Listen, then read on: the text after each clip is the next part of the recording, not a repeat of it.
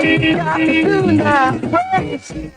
afternoon, Bahamas. This is Professor Sidney Walter Thompson on the Global Radio Network, 99.5 FM. This is a great day to be in the Commonwealth of the Bahamas. The day is the 18th of August. I got to make sure I get it right now. I thought it was yesterday. 1 month from my birthday, September the 18th. I started my birthday celebrations as of today, and I'm going straight through to the end of September.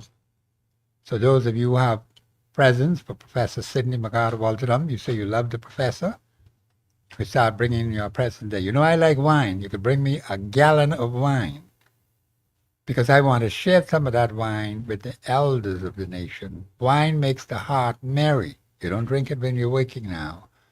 You take that after you finish working. You could drink some water, but no wine while you're waking. So wine, red wine. So any of you out there who want to treat me to a gallon of wine, I'd appreciate that. You could bring it right here to the studio, or you can order it and just call me and say, Professor, you can go and get it from wherever. Red wine. And of course, I want to do something for the elders of the nation. You know, too many times our elders are overlooked. They're not even treated well. They're not given a birthday treat, even on their own birthday. We forget about them on our own birthdays.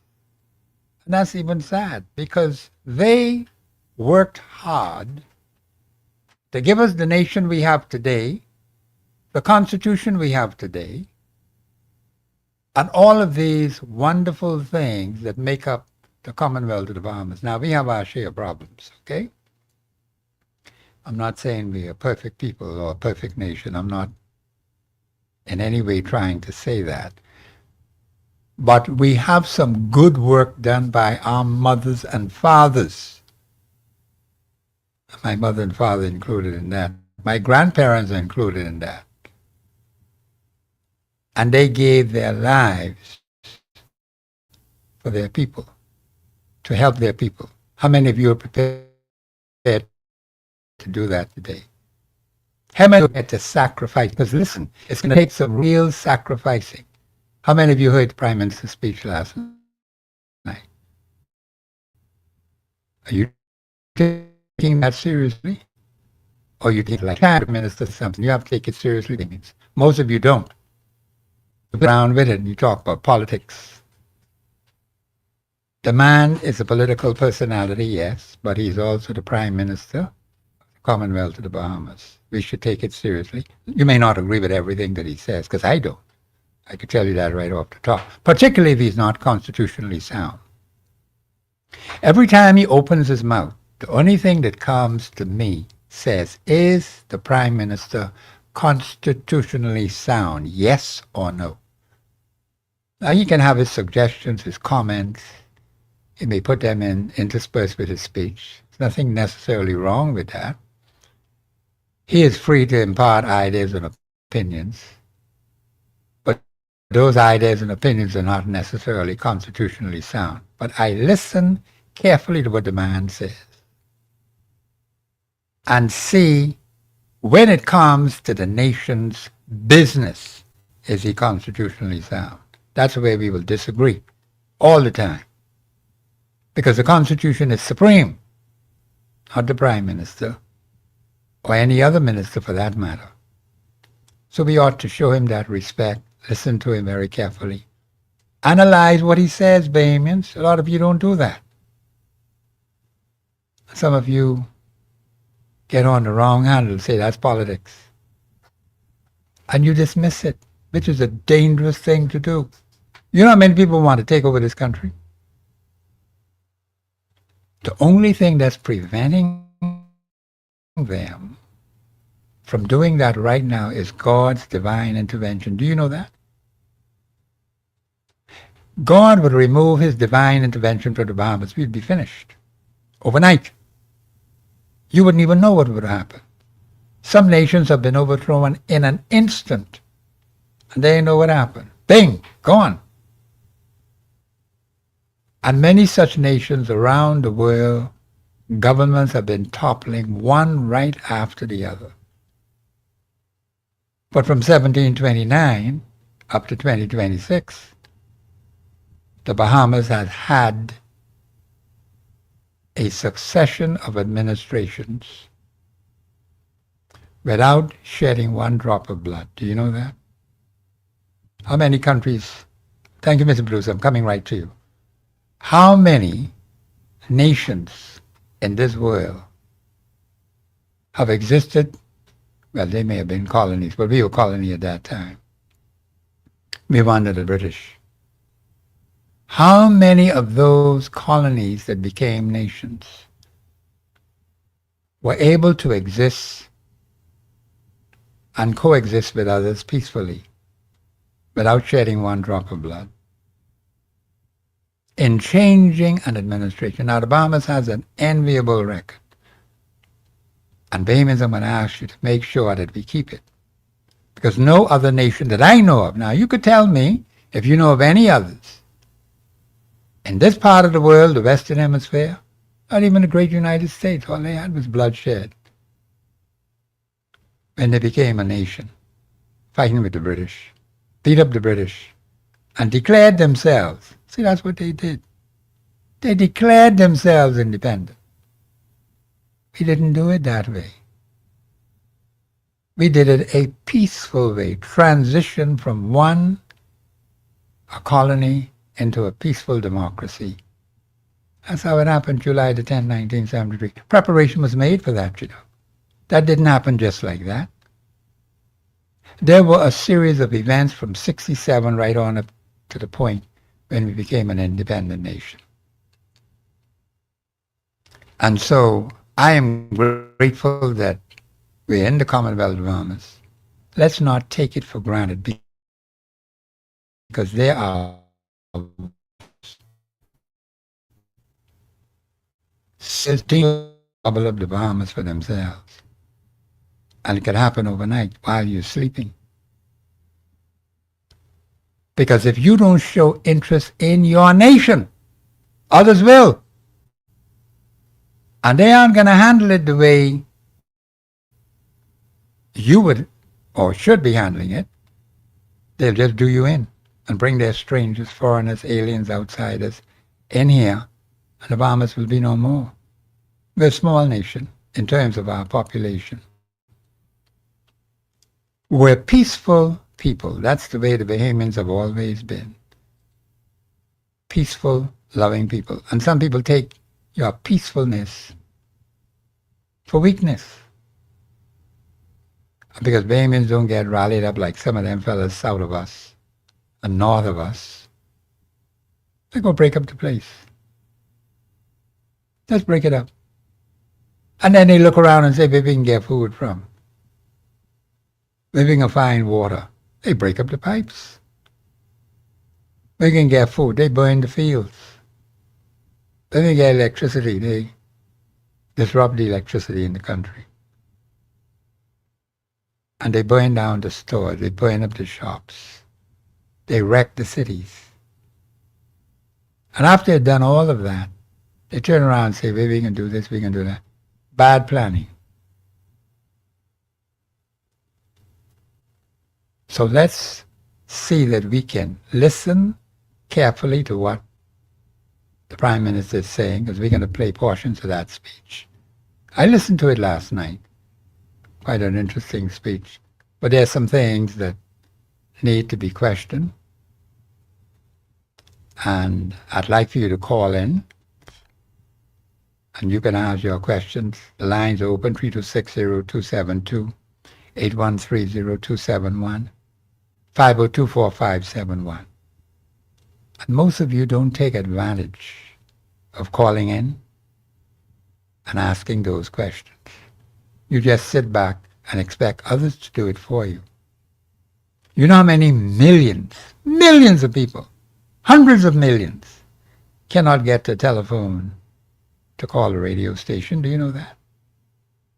Yet in the Bahamas, the lines being wide open, and you have just a limited number of people take advantage of those lines. And then some people complain about those who call all the talk shows. I have no problem with them calling all the talk shows. They keep the talk shows live when they call. But you're sitting on your backside and complaining about those who are calling in, and you yourself grumble and complain in your little corner, in your house, in your community, where it doesn't even hit the roof. It just drops right to the ground. Nobody hears about it. You got to say these things where it counts, Bahamians.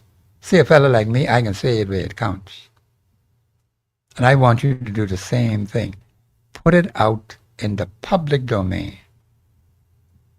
And don't call me aside and say, Professor, I have something to tell you. No, sir, you tell me that live, publicly.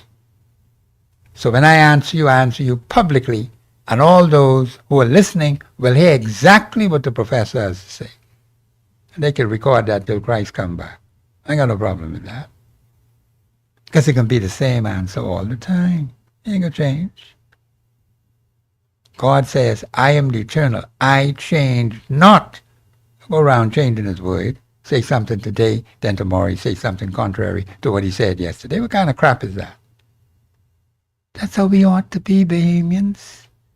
We have to be honest and truthful and reliable and dependable and responsible and trustworthy. All of you are not like that. Too many of you are deceitful. You tell lies. You don't speak the truth. You're always back talking about people and saying negative things about people. You got to stop that foolishness. So when the talk shows on, take advantage of them. Now we're going to start this tape. The Prime Minister, he made this speech yesterday. We're going to take a segment of it at a time. I will comment on it, and I will ask you to comment on it. Because we have to understand what the man is saying. Is he talking sense? Is he constitutionally sound? Yes or no? Can you answer that when you hear him speak? Or he says, oh, well, that's just Mr. Davis, the Prime Minister, leader of the PLP. He's leader of the PLP, all right, but he's also the Prime Minister. Plus, he's a member of Parliament for Cat Island, Rumkey, and San Salvador. Mr. Producer, begin the tape, please. 2022, when I first spoke to you in detail about BPL, I did not leave the harsh reality of the state of our electricity infrastructure and the hundreds of millions needed to fix our aging system to someone else. I came before you myself because the buck stops with me. Ever since, I've been honest about the scale of this challenge. In April of 2025, I stood in the House of Assembly and gave this country the most complete accounting of our energy system that any government had ever given. I did not soften it then, and I will not soften it now. I told the nation that we had inherited a power grid and a generation system on life support, barely hanging on. BPL was carrying more than $500 million of debt and another $100 million in unfunded pension obligations, $600 million in total on the shoulders of a company that could not pay for its own repairs. Engineers told us we needed $500 million in critical upgrades to prevent a complete failure of our electrical infrastructure. Not an inconvenience, a collapse. We were running 29 power stations across 17 islands, different manufacturers, different eras. Now, the Prime Minister made some interesting remarks about this $600 million debt. We know what existed before BPL. Now we understand there's a couple other companies where they came from. I don't know. He said this is what they inherited. Who was running the electricity company in this country? Bahamas Electricity Corporation. They existed all the way back in the 50s and coming right on up to now. And they were doing everything at that time. Yes, he said it's an aging system, but who was responsible for the system? You had successive administrations that allowed the system to decay. And it was not being maintained. Now this debt, I don't know how they got all this debt, because I don't owe them anything. I just pay my bill. So who owes this debt? How How did the BPL get this $600 million debt? I'd like for that to be answered. And what has happened to the assets of BEC? Where are they? Where did that go? He said he gave a comprehensive plan, I think 2025, he said. Fine, we can look at that and see what that's all about. But I don't remember, and anyone out there can correct me, when it was BEC, we had all of this interruption in electricity supply, like how it is now with BPL. I haven't seen it. Those who as young as I am, and who existed and were around, because he said they inherited this. From who? Who did they inherit it from? His party came to power in 1967. And in fact, the Progressive Liberal Party has been in the House of Assembly and the Senate for 70 consecutive years. Do you know that? From 1956. So they've been around a long time. Plus, they had many years in governance in the Commonwealth of the Bahamas. More than they had in opposition. And the people of this country gave them every available opportunity to deal with the problems that afflicted the Bahamian people.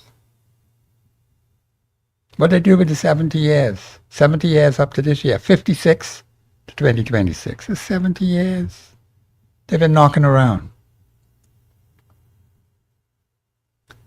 So they had the opportunity, representatives in the House of Assembly, representatives in the Senate, and also in the Cabinet of the Bahamas. As far as I'm concerned, they had every available opportunity over that 70-year span to deal with these aging problems that he says has been allowed to occur. What he say he inherited. So we have to look at it objectively, and maybe as Prime Minister, maybe he did. I'm not knocking that part of it at all. But that party was in governance from 1967 up to 1992. And then, of course, they lost power in 1992, and they've had several times when they were in power. And every time they got in power, they had a massive landslide of seats. The F&M came along in 1971. When they came to power, they had a massive landslide of seats. I do not understand Bahamians. When a party has been given that kind of mandate from the Bahamian people, how come you can't fix the problems? You ain't got no opposition. Who's there to oppose you?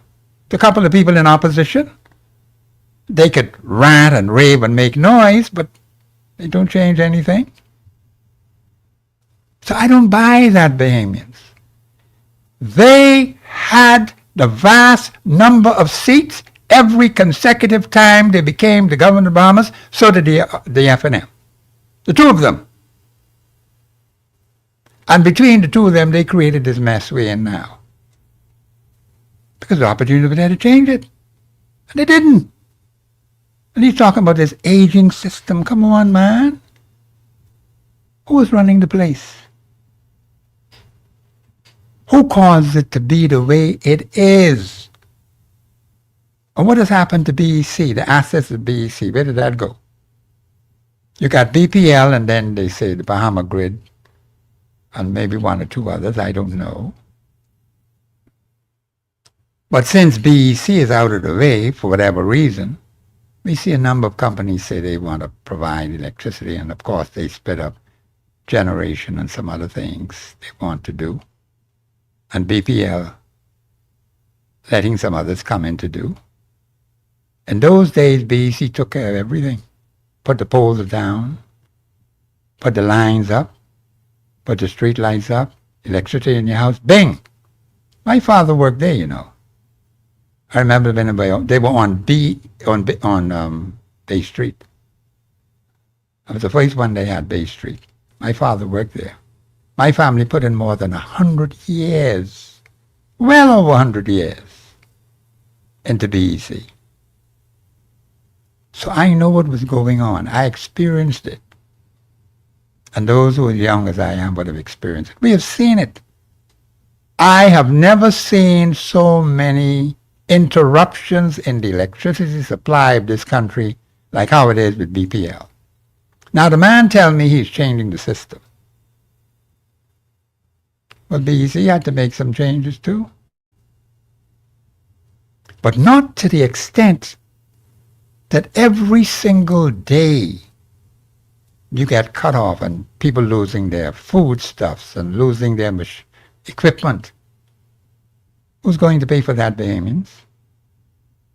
I haven't heard a single word in that speech about compensation to those who have been lost all their foodstuffs, lost their machines. I hear nothing about that.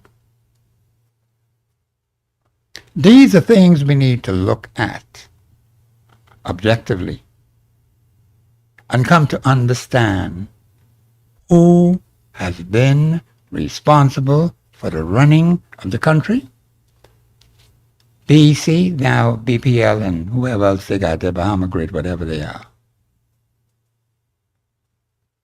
And I think later on in the speech you will hear him talk about BDC.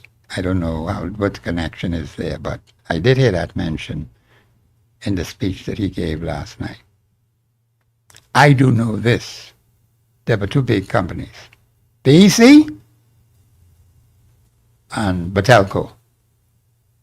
I don't know of them intermixing with one another. I don't know that. Not back then. The telephone company operated. That was a corporation. BEC was a corporation. Now what we got today looks like it's all mixed up. And these are supposed to be people who are trained. And let me just say this for those who were at BEC. Those people back then, I don't know what caused them to stop training, sending people to England, like my brother did. And he spent a lot of time in England, went to Scotland, well trained, well qualified to run the equipment at BEC. And he did an excellent job of it. My father, before him, didn't get the opportunity to go to school. He had to learn on the job, and he did an excellent job when he was there. But there were those who were highly trained, and this is what I call institutional knowledge, where people were given the opportunity to go abroad to learn. That is what the government did at that time. That was a step in the right direction. They were talking about Bahamianization at the time. And so Adahana was the person behind the Bahamianization program. So they sent Bahamians away to learn. And quite a lot of them went, you know. The point is, I would have thought that those particular personalities, and quite a number of them existing in the country, some passed on and still some around, I would have thought it would have been a good thing that those persons with that institutional knowledge would have gotten together to do something to help BPL. Instead of having all this crap every single day, lights going off. Every single day, people's lives being disrupted. Do you know that's unconstitutional? No man, woman, or child shall ever have their lives frustrated. That's all BPL is doing, frustrating you by not providing stable electrical supply, what people depend on. Everybody can't hire no generator. That's additional cost to the businessman. And then the businessman will look around and say, well, who I could pass this cost on to? The poor consumer out there get the cost. Does that make any sense? The electrical company can't keep the friggin' lights on. So the man have to go and get a generator to try to keep his business going, and that's additional cost for him. to operate. And particularly these smaller stores. Now the bigger stores, they have to work with that as well, but they are perhaps a little bit better under certain circumstances to be able to deal with it. The medium-sized stores and the small stores, they get mashed up. Who's going to supply them with new stuff when their stuff is messed up? I didn't hear anything of that in the speech, I heard nothing about that. I sat down and listened to the whole thing. Now, he went on talking about some other thing. But I have never seen in my life the tremendous amount of interruptions in electrical supply like how it is happening right now, has been happening. And they say they're putting in new equipment. They say they're putting in new lines. They are changing the so-called aging system. They know it was aging from that time, but they didn't maintain it. If you don't maintain something, Bahamians, it will fall away. You keep using. I don't know where this debt come from, because I don't owe them no money. They cut you off when you don't pay your bill. So who owes this money? Who owes this big debt? Where did it come from? I think the government needs to explain that. Somebody did something. It isn't the average consumer. They come and find you, like my sister would always say. They know where to find you and come and cut the light off. BTC does the same thing. They cut the phones off. You owe them a couple of dollars. Bing! They cut you off. But they don't fool around them other fellas who's supposed to be in a special category. Huh? How we get like that? So these are the things I look at and listen to what the man say. Hear what he's saying and listen to what he ain't saying. Because Bahamians, we have some serious problems in this country with electrical supply in this country. Very serious. And we have had excuse after excuse after excuse after excuse from BPL anytime the lights go off. And they'll come up with some more excuses when the electricity goes off again. Because some people, I don't know, maybe up to last night or the night before, were having electrical problems in their area. Oh, the minister's speech, the prime minister's speech. Some people, he had no light. You see what kind of crap that is? They cut the lights off while the man's supposed to be talking. And some people didn't get to hear the speech. In my area, it was on all the time, so I heard everything. I'm saddened to hear that there were certain areas in this country where the prime minister's speech could not have been heard because they had no light. Any crap like that? While the man come to tell you something, the fellas decide they can cut the lights off. That is a crappy thing to do. It's insulting. It's offensive. And that needs to be fixed.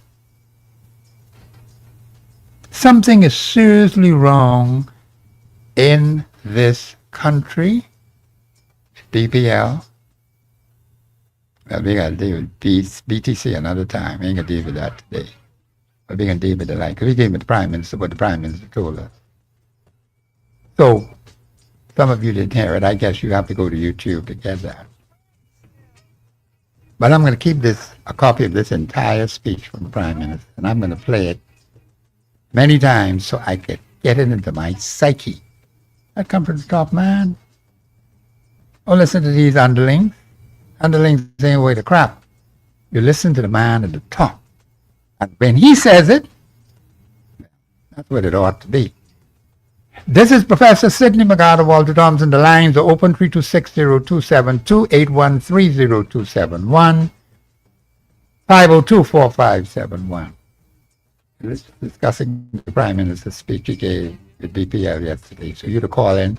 You can make your comments. We'll take it one section at a time. I told my producer at certain points I'll stop it so I can comment on it.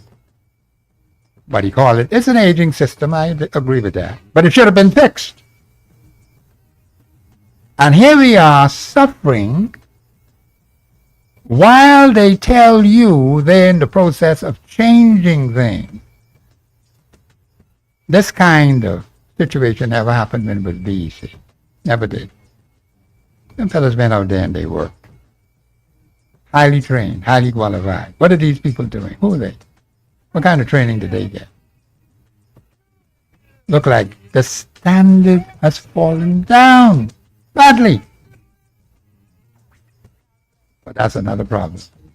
This is Professor Sidney McGarr, Walter Thompson on the Global Radio Network, 99.5 FM. We'll be back after the break. Yeah.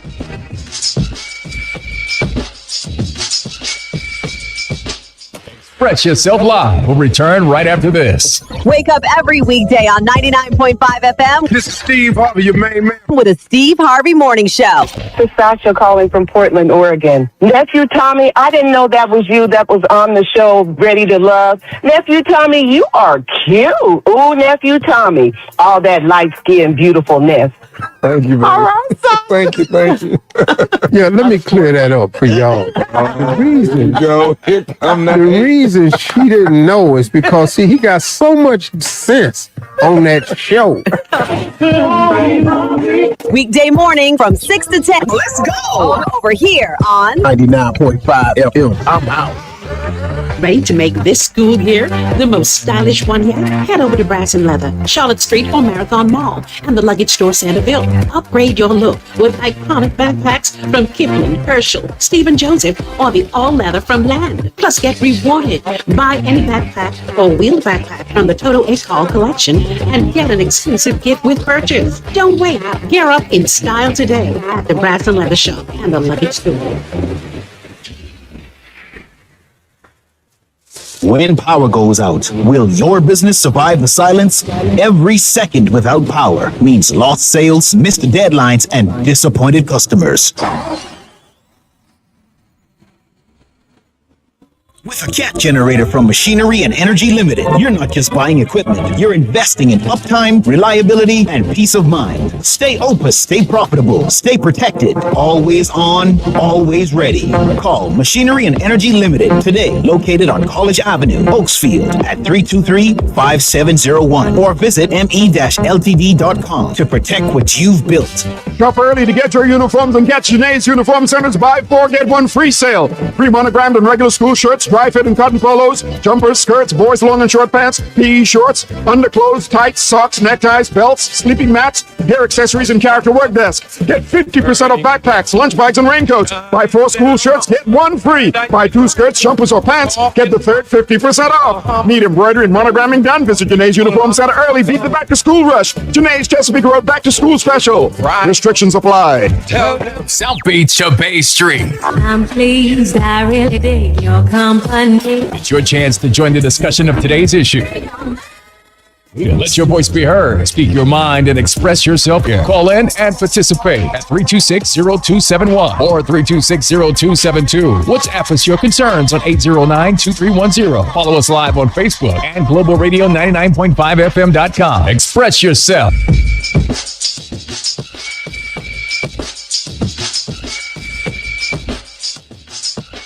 All you got to do now.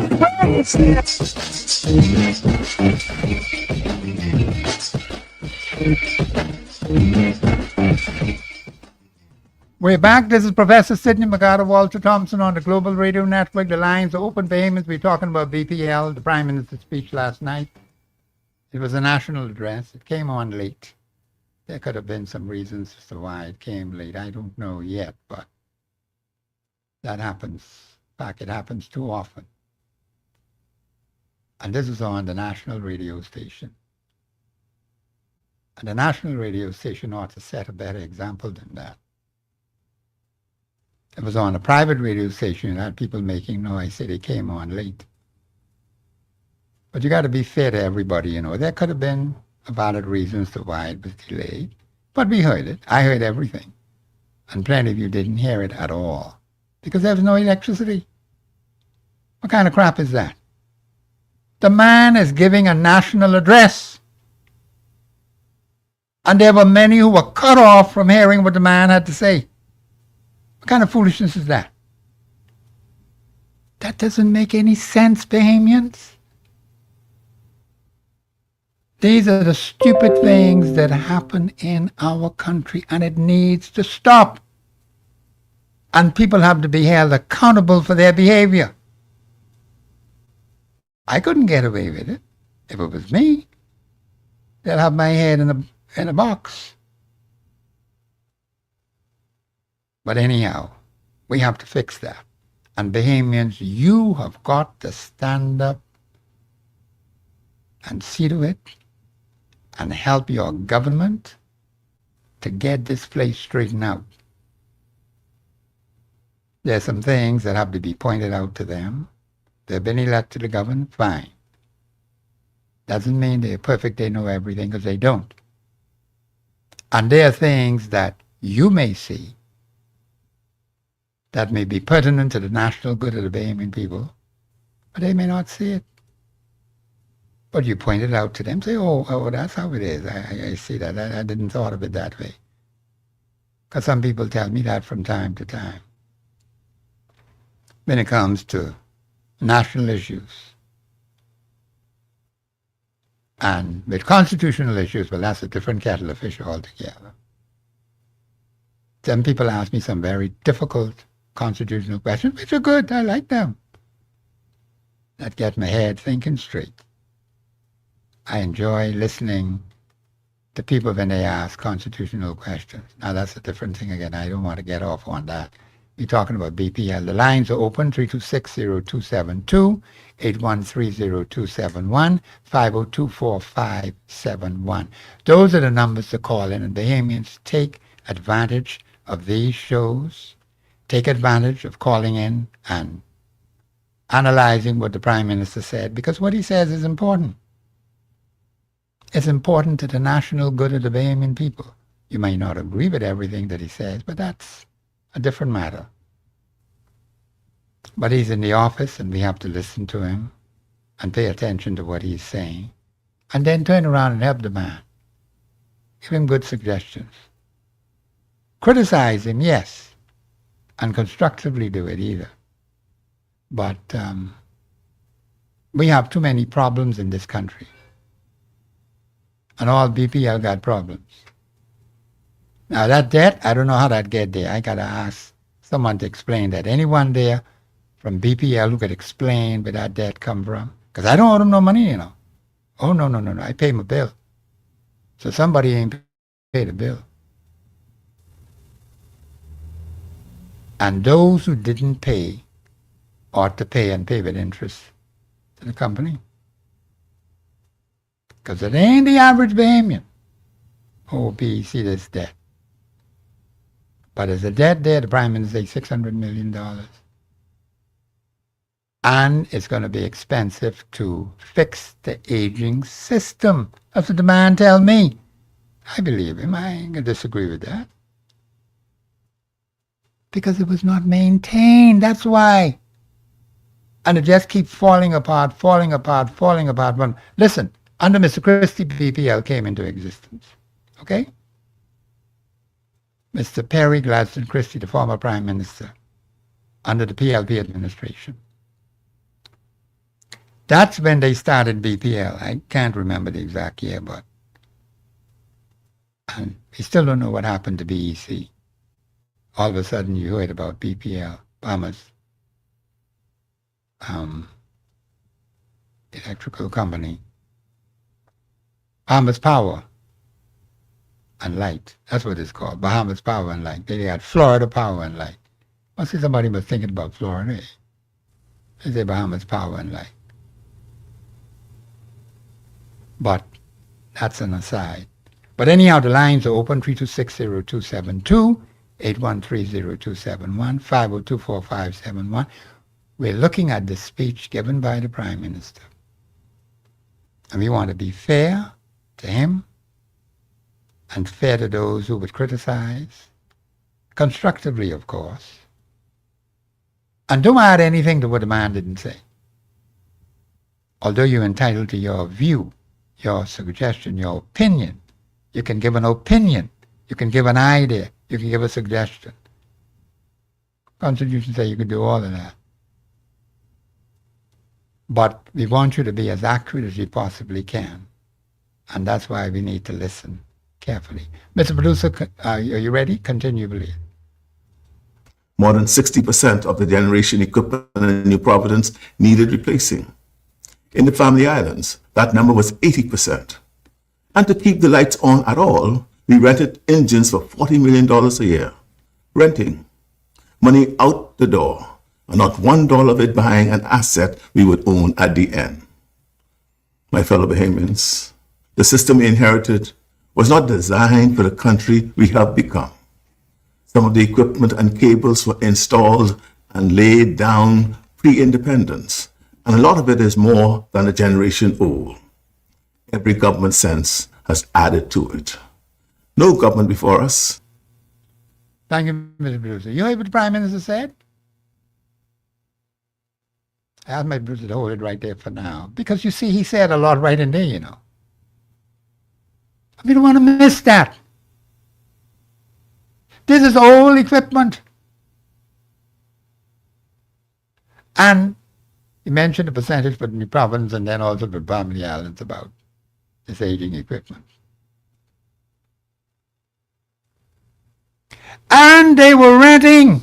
Who was doing the rent? Those who were in government. All the money going out. Does the man tell me? Did you hear that, Bahamians? Not 1 cent there or dollar there to produce it. I mean, what kind of spending is that?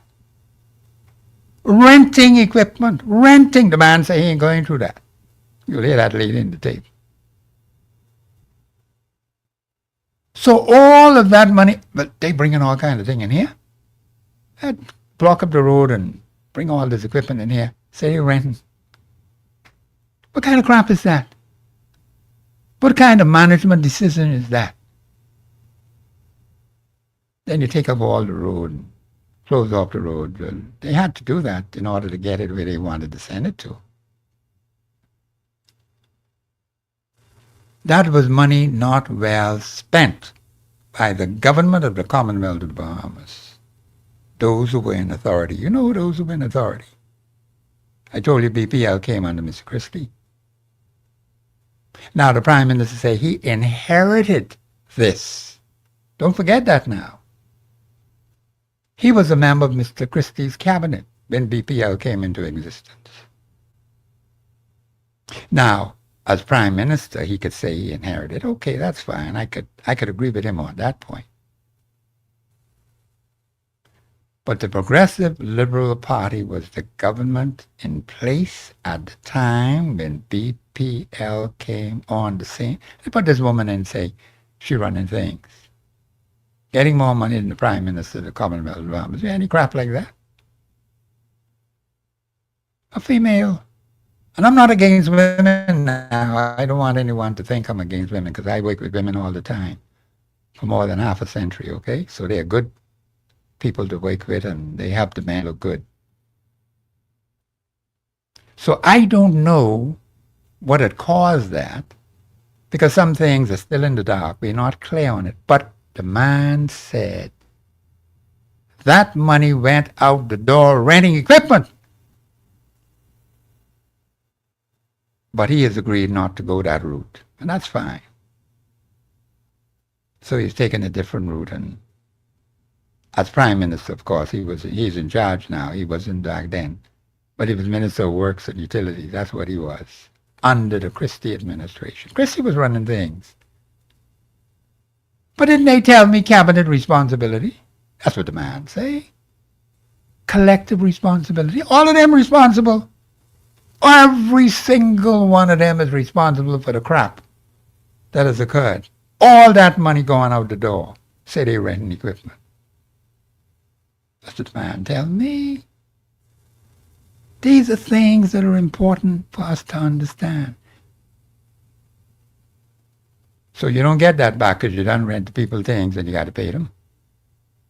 Just as simple as that. So Bahamians, we have to listen carefully to what the man is saying, because this is serious business. We have suffered enough. Now, we will suffer some more. The Prime Minister say he's not going to guarantee you there'll be no more blackouts. Fine, I have no problem with that. But there's just been too many. In an attempt to put in new equipment, put in new lines, put in this, put in that, put in the next thing. And under DEC, under the aging equipment, we won't have these kind of blackouts and these kind of serious interruptions. I challenge anyone to tell me it ain't so. You call me and tell me it ain't so. I lived through it, you know. My pa worked for BEC, and then if he wasn't even born yet, nowhere in existence. My family put in over 100 years into that company. Now, of course, things have changed. And I have no difficulty with change, but the change must make sense. And so when people make bad decisions, the country suffers. So that's why we got to pray for the Prime Minister, pray for him that God will give him guidance and direction to make the right decision. So the load could be lightened, because these small and medium-sized businesses cannot take this kind of pressure. Losing their equipment and losing their foodstuffs. They just got to pay the employees. Even if they ain't making no money, they still got to pay the people. So where the money coming from? I hope it doesn't get to the point where they have to lay off. And that's another thing again. Start laying off people because they got to get generators. And the man from the Employers Confederation saying how difficult it is. Because when a businessman has to get generators, that is additional cost to run his business. He got he got the equipment for BPL right there. Can't use it because it ain't working. So when he has to put in those generators and cut them on, that's additional cost to keep the things cool and to save his business and to service. I heard once that they had to, one pharmacy, I don't know why, but they were serving people at the door instead of letting them come into the pharmacy. I know why that is so, but maybe they need to explain that. Because some people do some odd things, you know. So I may not understand. Maybe they had a reason why they did that. But some things are not explained to the public. They just do it. And customers sometimes don't have enough, what should I say? They don't put enough effort to ask questions. Payments, you need to ask questions, you know. I have a sister who likes to ask a whole lot of questions. I said, that's your constitutional right. While others who will sit up and keep their mouth shut. But it's your life that's on the line, Bahamians. Your business is on the line. Your foodstuff's on the line. Your equipment is on the line. And you're going to have to be the one to bear the cost yourself, or you go out of business. And most businesses don't have the money to do it. So the man was wondering what they could do in cooperation with the authorities. Because once the equipment is destroyed, you ain't getting no compensation for that. Not 100%. Let's say equipment costs $1,000. You're not compensated $1,000. You may get some little things. I got to find out exactly what, if we got any laws relating to these things. Because you just can't have companies running. Now, another thing, I'm going to say this while it's in my head. Mr. Bruce, don't play it yet. I heard them making all kind of noise from the president of the Bar Association because the Supreme Court was interrupted by BPL. They got their lights cut off. And they made a hell of a noise over that. That's the only time they could open their mouth. When BPL was knocking people down all over this country, because they couldn't get their court cases, they couldn't do this, they couldn't do that, no electricity, and that's not good. You just remember it ain't good. And you're supposed to be the judiciary to look out for the interests of the people of this country. But because it touched you now, then you realize you got a problem. What kind of crap is that? All this time, businesses were being knocked out. BPL just gave them a little taste. Huh?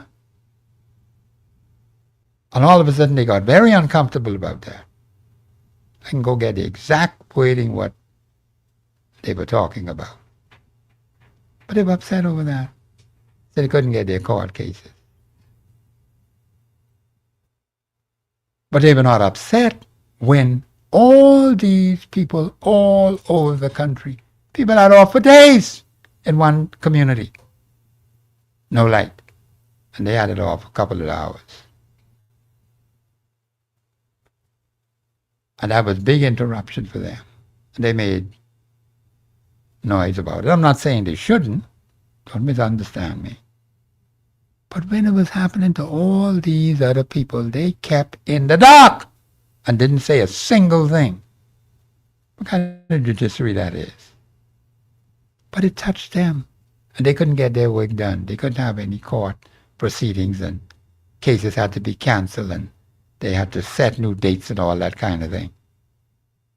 They were upset about that. It remains to be seen whether they'll be interrupted again. That was only just one interruption for them. But those of us in these islands, apart from the Providence, constantly interrupted, over and over and over again, and all we get is some crappy excuse from PPL. Go back and check every single thing they put out there and listen to what they tell you why it happened. And then listen to what the Prime Minister says. Prime Minister is aging equipment. It needs to change. I have no difficulty with that. But it's how you handle the people.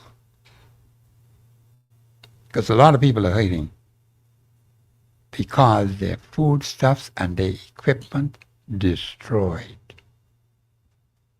Who's going to compensate them for that? How that's going to get fixed?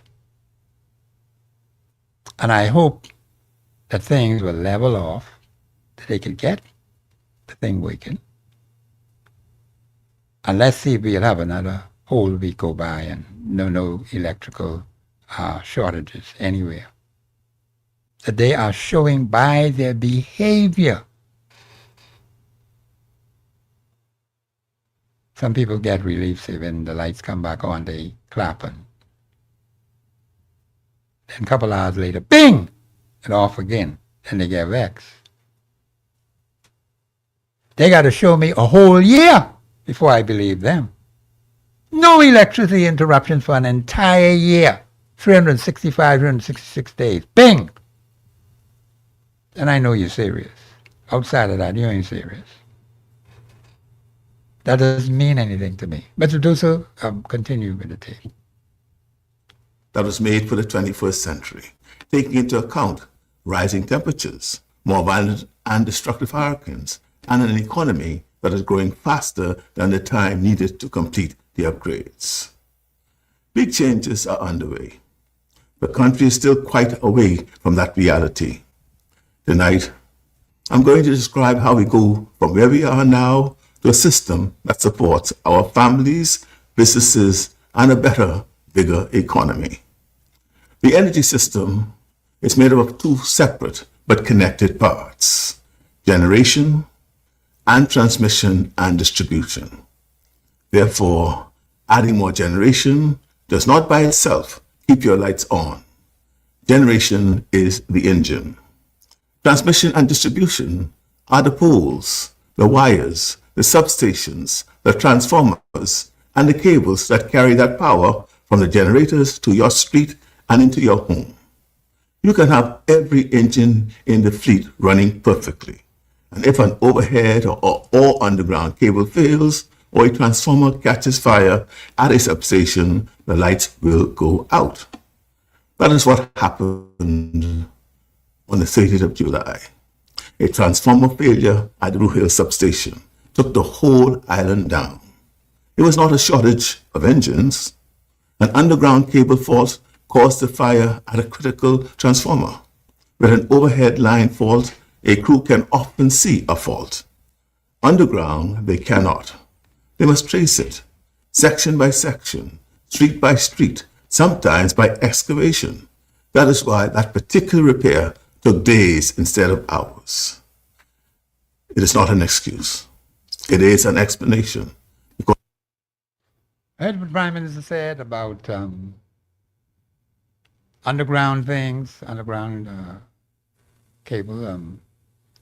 What you cannot actually see, there were some problems there, and it takes time to get there and to deal with it. That's understandable. But they're in the process of changing and putting in new equipment. And that's a good thing. And it will take time. We are not out of it yet.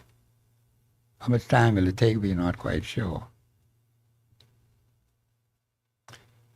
But the thing is that in the meantime, we have to conduct business. And not everybody is going to have the opportunity or the wherewithal and the means to have generators lined up. He said you could have the engines, but you need some other things from the engines to get the electricity to your house, to your business, the transmission side of it. You got the generation side, the transmission side. And the thing is that BEC was doing all of this when they were BEC, but they decided to split it up. The point is that we're not out of it yet. There's still a lot of work to be done. And let's hope that they can move as quickly as possible. And I always hear them talk about safety for their workers. I'm not against safety for the workers, you know. But I didn't hear BEC, when they were running things, kept coming to the public about safety for workers. They knew that that was a major factor involved in their work. But these fellas here, they tell you about, they got to be careful with this and careful with that, careful with the next thing. Like little children playing games, man. I never heard a word from my family members who were right there on the lines complain about safety. Not a word. From my father, who was a charge engineer at BEC, never complained about safety. But they took precautionary measures to protect the workers. That's what you're supposed to do. So you have to keep saying that to the public.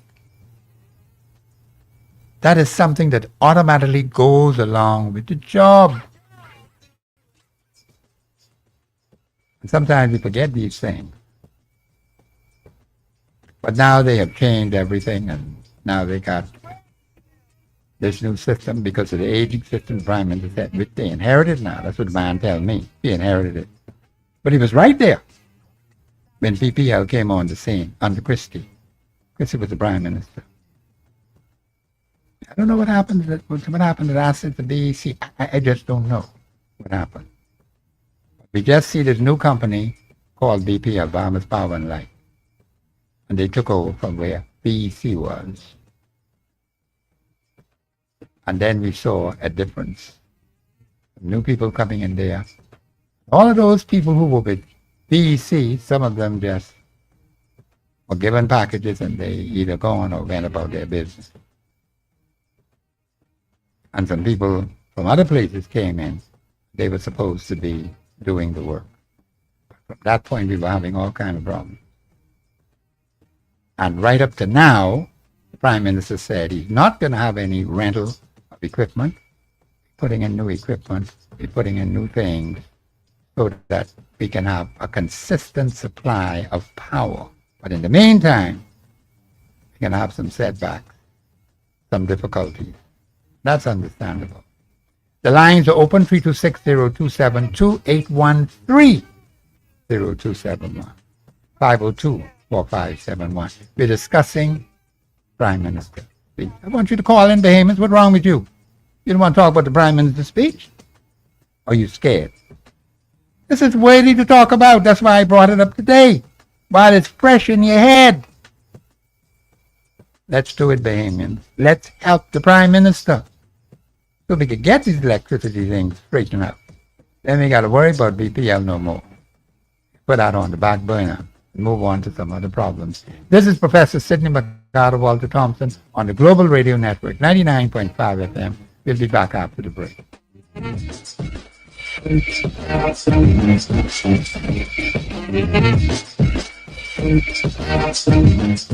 Express Yourself Live will return right after this. Hey, it's Jeff Box that rocks the box.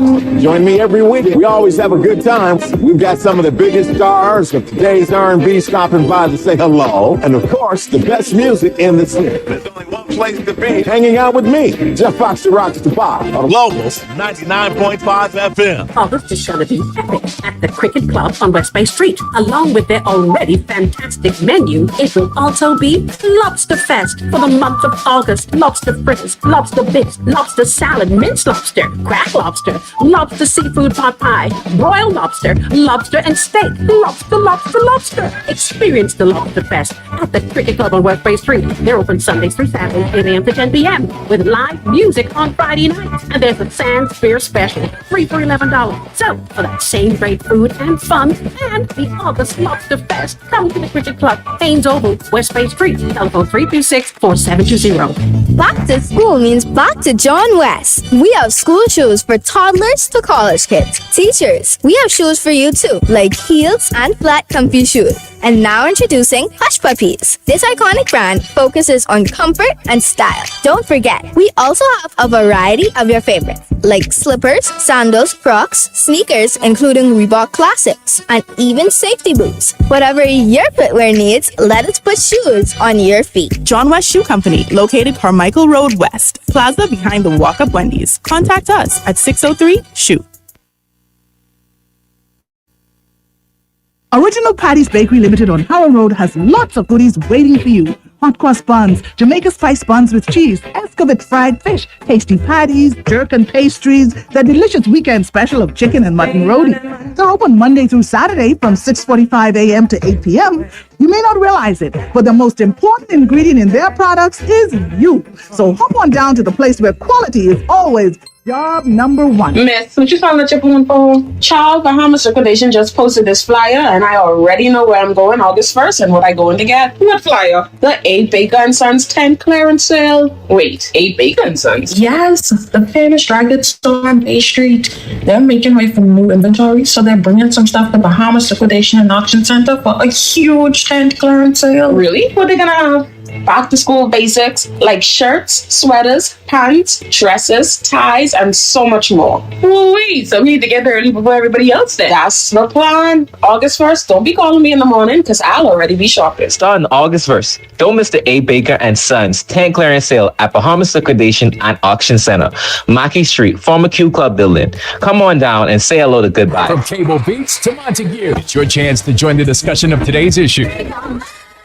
Let your voice be heard. Speak your mind and express yourself. Call in and participate at 326-0271 or 326-0272. WhatsApp us your concerns on 809-2310. Follow us live on Facebook and globalradio99.5fm.com. Express yourself. This is Professor Sidney McGarter Walter Thompson on the Global Radio Network, 99.5 FM. Bahamas, I want you to comment on the Prime Minister's speech. And you're just sitting there with your mouth pinned up. There's no time for that kind of foolishness. We are a nation in crisis. This is the time for you to use the airwaves. Let's be objective, let's be reasonable, let's understand, comment on certain sections, what the Prime Minister said. That's what I'm doing here right now. And I want to hear from you, those people on Facebook, those people who are listening on the radio, and you have an opportunity to call in and make your views known. This is the problem in our country, and then you go around gossiping, talking about the man, and then mixing up with a lot of garbage that other people put out there. That's not fair when you do things like that. Let's take it section by section, piece by piece. Either you agree or you disagree, or you may say, Mr. Prime Minister, maybe we could look at it this way. But the man is trying to solve the problem. That's what the man said. He said in 2025. You all forget that. He said it was then, and he's thinking the same way now in 2026.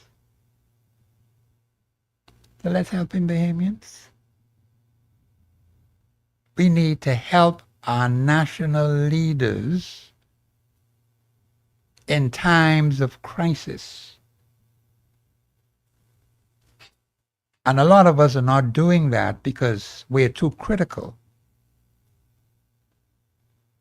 And we're not objective in our thinking. Because we can't build no country like that. 53 years of independence, and this is the kind of foolishness we put up with. You're not helping your country. We can't get you to reasonably, let me choose my words carefully, reasonably comment on something the Prime Minister said as early as last night. And I got a tape right here in the studio. And that says a lot about us as a people. And then we would be the same ones to grumble and complain when the government either does something or makes a decision on something, then you start complaining. They should have done this, they should have done that, they should have done the next thing. No time for that, Bahamians.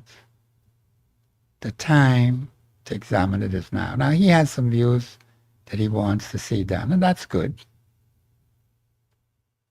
But there's some things you and I as citizens can add to it. The Prime Minister won't remember everything. Nobody remembers everything. But there are some things that will trigger in his mind, and he wants to do good for the country. He wants the nation to progress. You don't want this nation to progress. You expect him to think of every single thing? Is that what you say? That can't be right. We have to do better than that, Bahamians. We have to help our representatives. See, I got a representative in my area. And that's the Honorable Jomo Campbell. He's my representative. I can be talking to him when he gets back. He actually should be back for vacation now. And the school is open already. I think one school opened this week. I think school's supposed to open next week, I believe, public schools.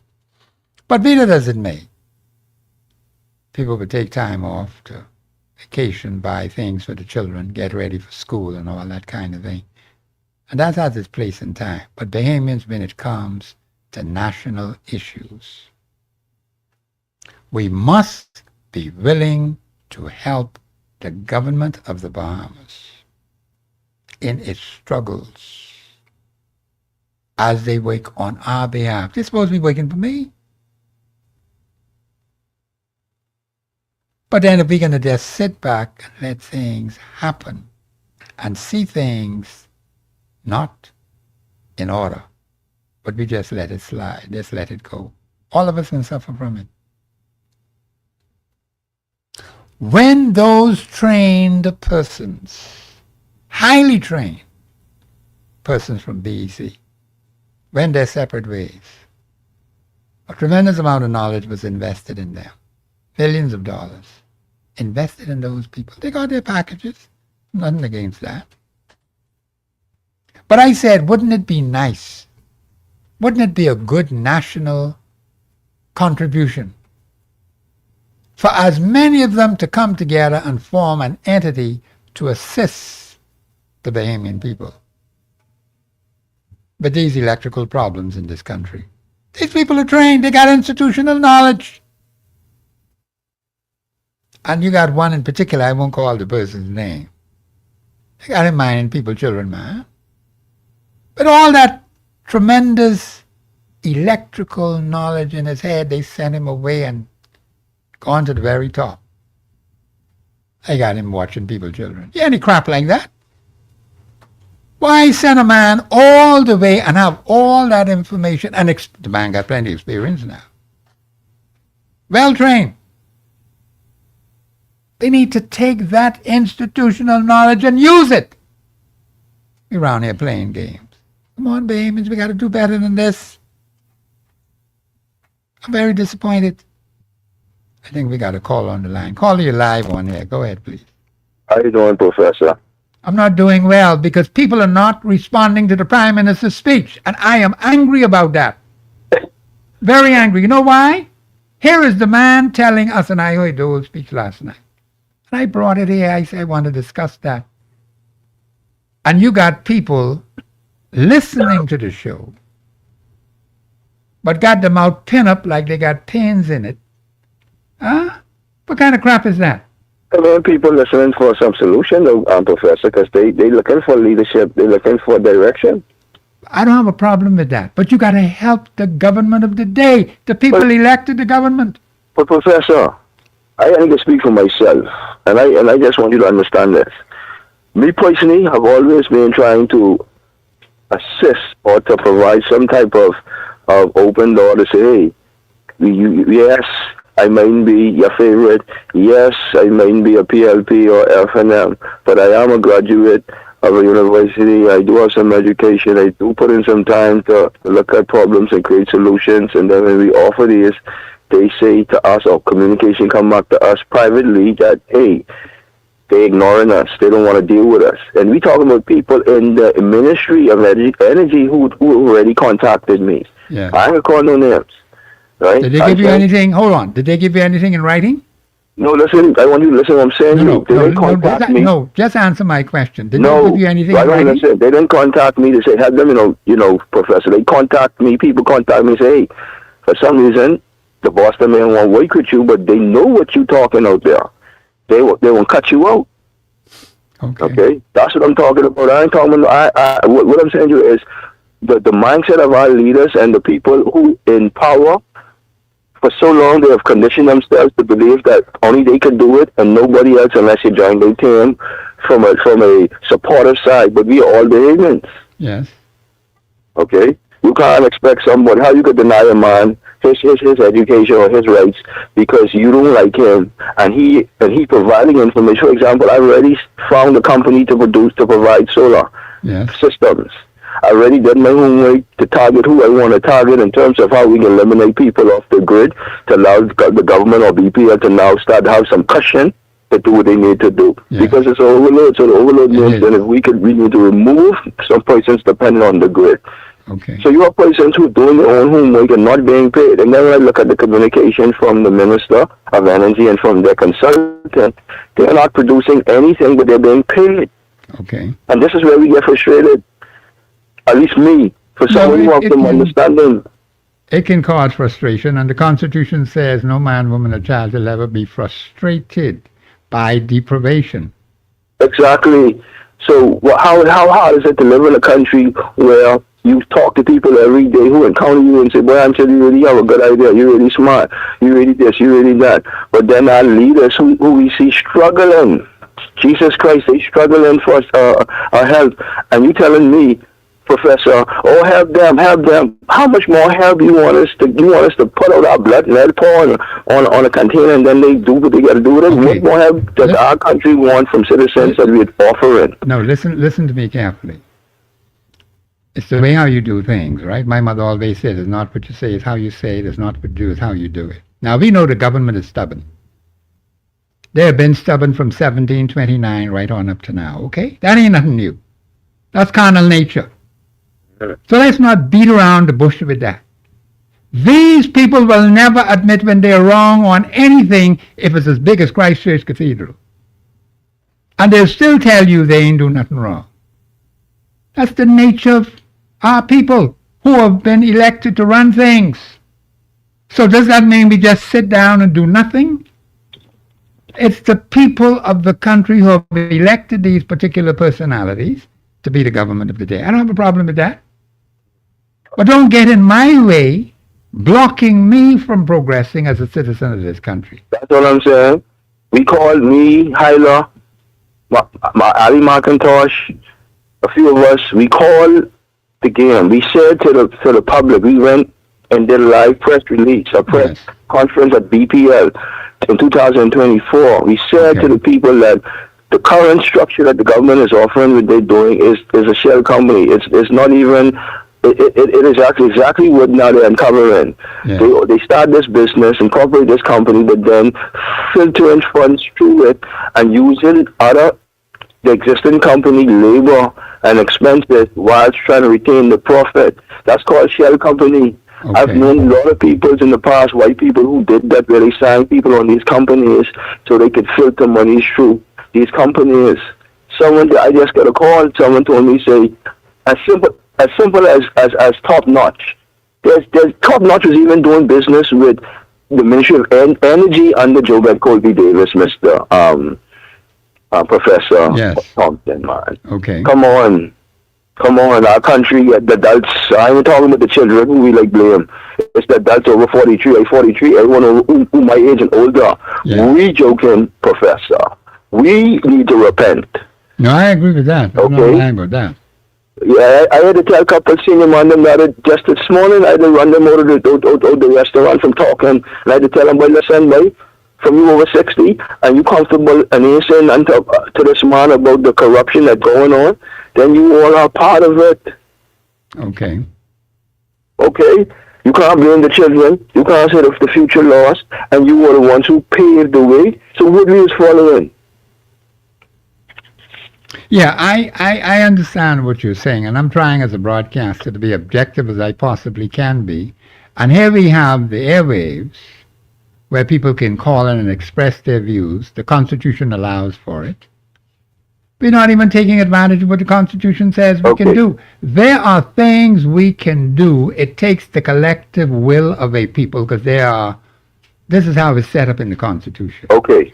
Mr. Davis, Prime Minister Davis, the Honorable Prime Minister Davis said on his interview, his speech, say, hey, we can now pursue or look into the residential solar program. Yes. We can start to get with those and the stakeholders and all these different people. I guarantee you, if I don't try to push my way into those meetings, I wouldn't be alerted. But I guarantee you, not one installer raised the red flag with the EVs. Not one installer talks about how they can dispose of their panels at the end of the day. Not one installer has decided that let me try to educate the people versus trying to sell them something at the end of the day. So I said to myself, see, but that's why I said the David and Goliath moment is now. See, unless something so serious had to happen for people like myself who they feel like we're rejected, that's how we have to rise to the occasion, because now we look into the society, and every last person who they say supposed to be in the brain behind the solution is failing, and they're being paid. They're being paid top dollars. You know what I say? Right now, the people need to ask how much the Ministry of Energy consultant is being paid, because she's not offering not one solution. Yeah, okay. That is a situation to be considered. And this is why I say to the people, you have to watch what your leaders are doing. And see, anytime when the Prime Minister says anything, there's only question one rise in my head. Is what he's saying constitutionally sound, yes or no? That's all I want to find out. He didn't even say anything. He didn't even say anything about his tenure as in charge of BEC during the 2012 to 2017 administration. Okay? That's the first thing he should say is, I failed to do anything about the problem. He coming as if he said he's using the words like inherited. Yeah, I heard him say that, but inheritance means for the first time I got something. Okay? How you could speak after 50 years that you inherit something, so you're trying to blame the white people today had the thing fixed. Well, the thing is, that particular party, the PLP party, has been knocking around for 70 years. This is their 70th year. From 56 to 2026, 70 consecutive years, they have been in the House of Assembly and the Senate without missing a beat. Right. They had every available opportunity to deal with this pressing, burdensome issues of this country more than anybody else.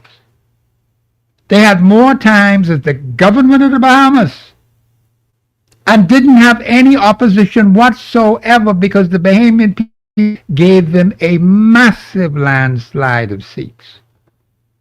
And when they decided to put them out of power, they gave the FNM a massive landslide of seats. Remember now, under Minnis, PLP only had 4 seats. No, Minnis should have done something for true because Minnis had the easiest time when you talk about cut citizens control. Minnis was under COVID. Under COVID, Minnis was the only person making all the decisions, and Minnis only cared about one thing, getting that shot. You understand? Yeah, they talk but he about quiet. He won't be blaming and making us feel like pointing fingers at Brave, but Minnis is also guilty. That's why I don't understand how they could talk, how they could even fix their lips to say you wrong when they was leaders who failed to even put $1 in maintenance. He ran generators. He knew solar was around. What still are they go on these deals? Would still don't make no sense. Then they come and cancel these deals, spend a bunch of money, but it's like, I don't know if it's intentional because it has to be. Because chaos and failures is also profitable to certain people or certain sectors of this country. That's why people buy your debt. Okay? Because your debt is valuable also. All right. Anyway, Mr. Professor, all I'm saying to you is, yeah, go ahead. I just hope that we decide to stop looking at the man and start looking at the message and the mind and give more than just the same people opportunity so we can see if we can have a difference in our nation, my brother. Before I get too old, because I done 43, and I can't think I expect to sit down and just for another 20 years. No, we're going to have to do something about this. And so I'm talking to the youth of the nation, 43 and under. Get yourself together, strap up your boots, and time to go to work. That's it. No more talking, no more complaining. Time to go to work. That's it.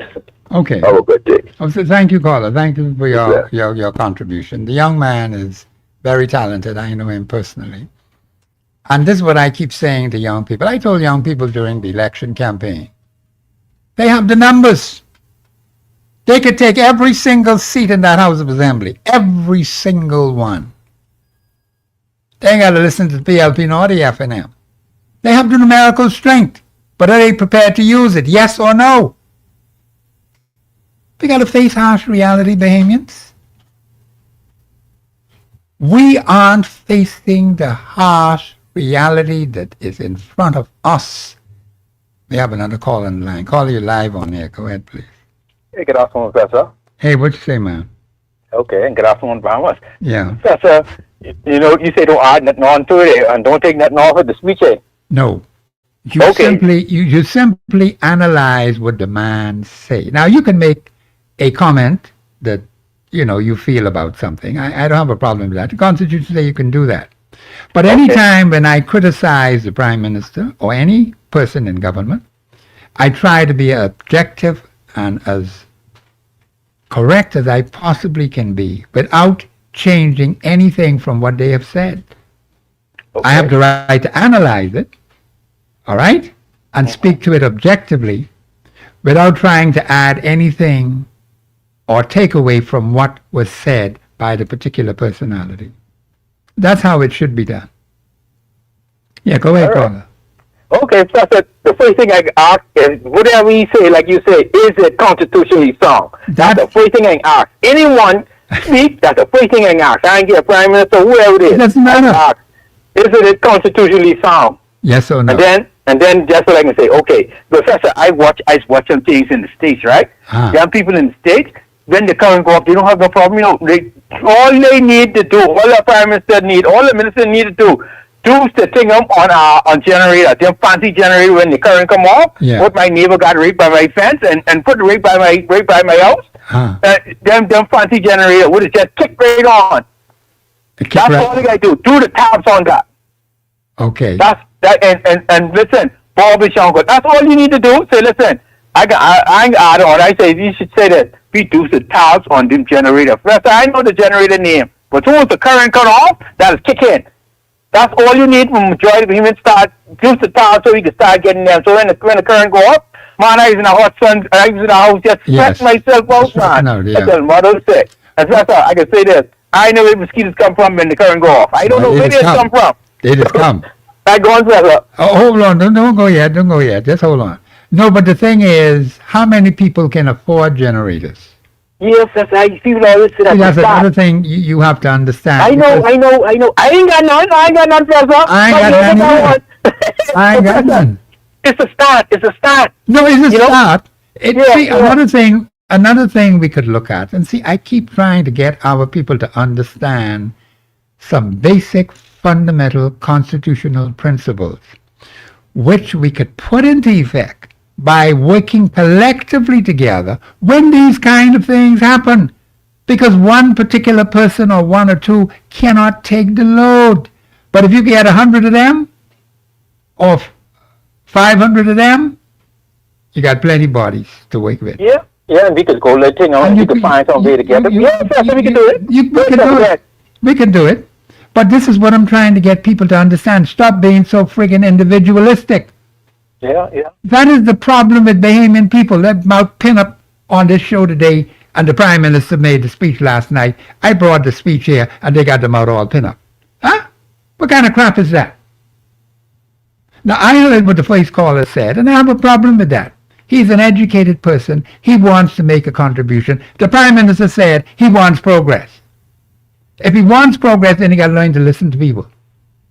He didn't say you have to be a member of his particular party. Everybody can be no member of that particular political party. You have the diversity in your nation, and when it comes to governing a country, that's a totally different matter from a political party. And yet our people, after 53 friggin' years, they ain't learned that yet. What's wrong with them? We have a nation to run, not a political party. The party is separate and apart from the nation. This is the taxpayers' money, man. You heard the Prime Minister say how he was renting equipment, and all the money went out the door. Not $1 to do anything else with. So he say he ain't going that route no more. He going a different route. You get what I'm saying? Yeah, I hear you. Yeah, that's what he said. Yeah. So, and Professor, I got some more. But Professor, they see days do the traveling. I just watch these things on the internet. They do the traveling, and we got sun. And we got water. All the things I watch on electricity, they do electricity. I can leave that for another day. I ain't using the water and the sun yet. I ain't using that. No, I leave that for the next day. Yes. All right, Professor. Yeah, thank you very much. We got plenty of sunlight in this country. We have to find a way. And we got people who are educated in these things, you know. How to harness the sun. And all of us can have free electricity. Huh? You mean to tell me we ain't got enough sense to do that? Come up with an effective plan how to harness the sun and make it reasonable for people to live in the Commonwealth of the Bahamas. Maybe that's why God gave us a lot of heat over the last 3 years. This is the idea. And it's the hottest now in this third year. It started 2024, 2025, now 2026. And that's what we have, Bahamians. We got to learn to listen to others who are trained, who are qualified, like the young man, the first caller who called it. He has something to offer. You can't just ostracize the man because you may think he's not a particular person of your particular party. What the heck is that? He's a Bahamian citizen, a qualified young Bahamian since age 43. He's not as young as I am.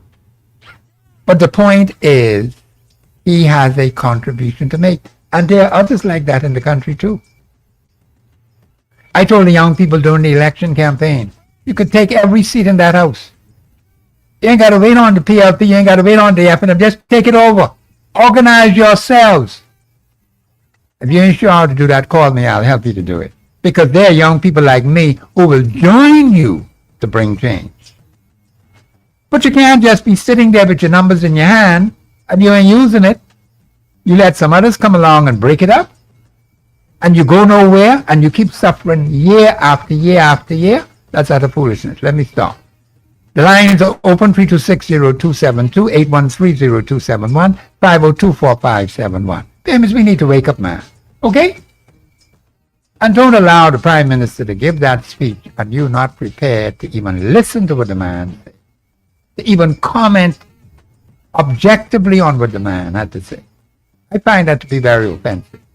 This is Professor Sidney McGarta Walter Thompson on the Global Radio Network, 99.5 FM. We'll be back after the break.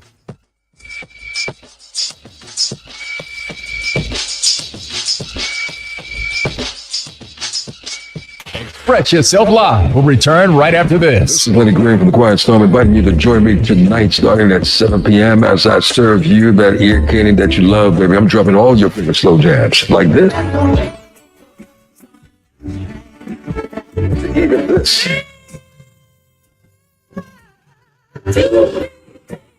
So lock in with me. It's the Quiet Storm, baby. On the Bahamas' #1 for R&B. It's Global 99.5 FM. Bar is saying bye-bye summer with our buy one, get one 25% off promo. Stock up on your sizzling summer fragrances, Red Hot Cosmetics, Cooling Cosmetics, and Bijou Turner Beach Babe accessories. Bye-bye summer, let's BOGO, only at the Perfume Bar. We can fix it. General Appliance Company, number 233 Market Street, is the place you've been looking for to repair your AC units, commercial and residential, and vehicle AC repairs too. General Appliance Company sells, repairs, and order parts for refrigerators, stoves, freezers. They can order boards for new and used TVs. They repair small home appliances like irons, blenders, fans, and much more. General Appliance Company, easiest way to get the parts you need, best place to get it fixed. Call General Appliance Company, number 233 Market Street, 323-6086, 323-6086. When you shop Y Cares, you can afford to look good, and that includes your students. Featuring uniforms from all the major schools here in New Providence and some in the Family Islands, plus belts, neckties, and underclothes for the boys, and jumpers, tights, and underwear for the girls.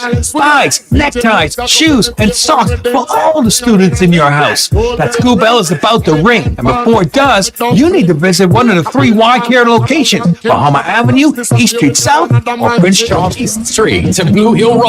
It's your chance to join the discussion of today's issue.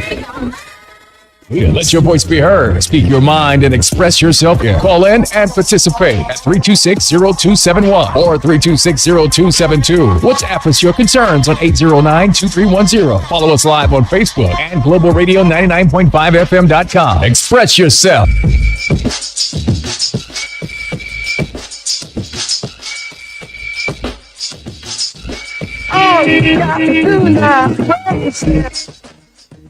We're back. This is Professor Sidney McGarta Walter Thompson on the Global Radio Network, 99.5 FM. Bahamians, I'm extremely disappointed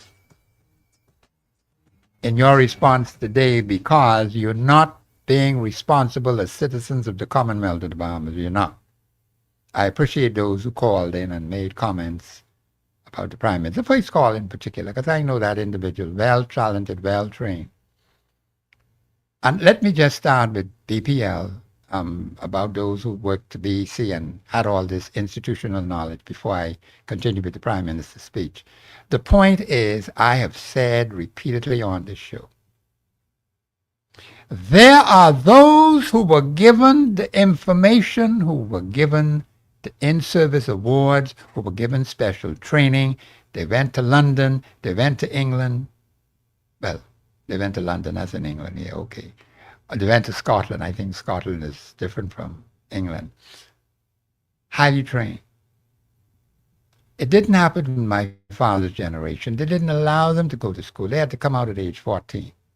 My mother and father.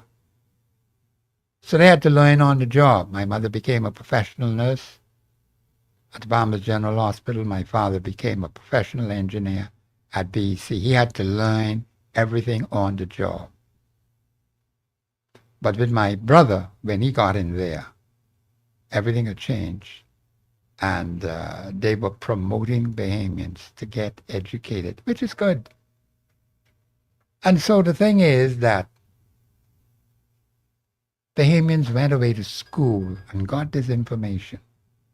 And I was thinking that perhaps it would have been a good thing if we could have gotten a sufficient number of them to come together and form an entity, an organizational structure. I think we have a call on the line. Call you live on air. Go ahead, please. Hey, what you say, man? I was hoping you to call me earlier. Yeah, no. But no, that's not right. But you did call in. That's fine. I appreciate you calling. Yeah, Mr. Thompson, I can't remember telling you last week about this metal law. It was 3 years. Yeah, you did. Yeah, I didn't quite understand what you meant, but you explained it. Yeah. Yeah. It's severus, okay? Severus. But anyhow, you realize that in America, like the temporary protected status for, I mean, like the Organization National, we have too much of them here, right? Yeah. That's basically, at least the president of the United States, he don't want them no more. And yeah, he offered them like $2,600 to be stuck on free, and you get the $2,600. Slow down a bit for me. You said he's offering $2,600. $2,600 for voluntary persons who would just get on the plane and go. But if you have the rest, you like for 10 years, you wouldn't be able to America no more. So he's offering them $2,600 to go back to their home. Yeah. Not to go in other people's territory. Well, and there's another thing I wanted to talk to you about. We're friendly third country nations. I wonder if the Bahamas government signed that because Mr. Mitchell, he's closely as the Minister of Immigration and the Minister of Foreign Affairs.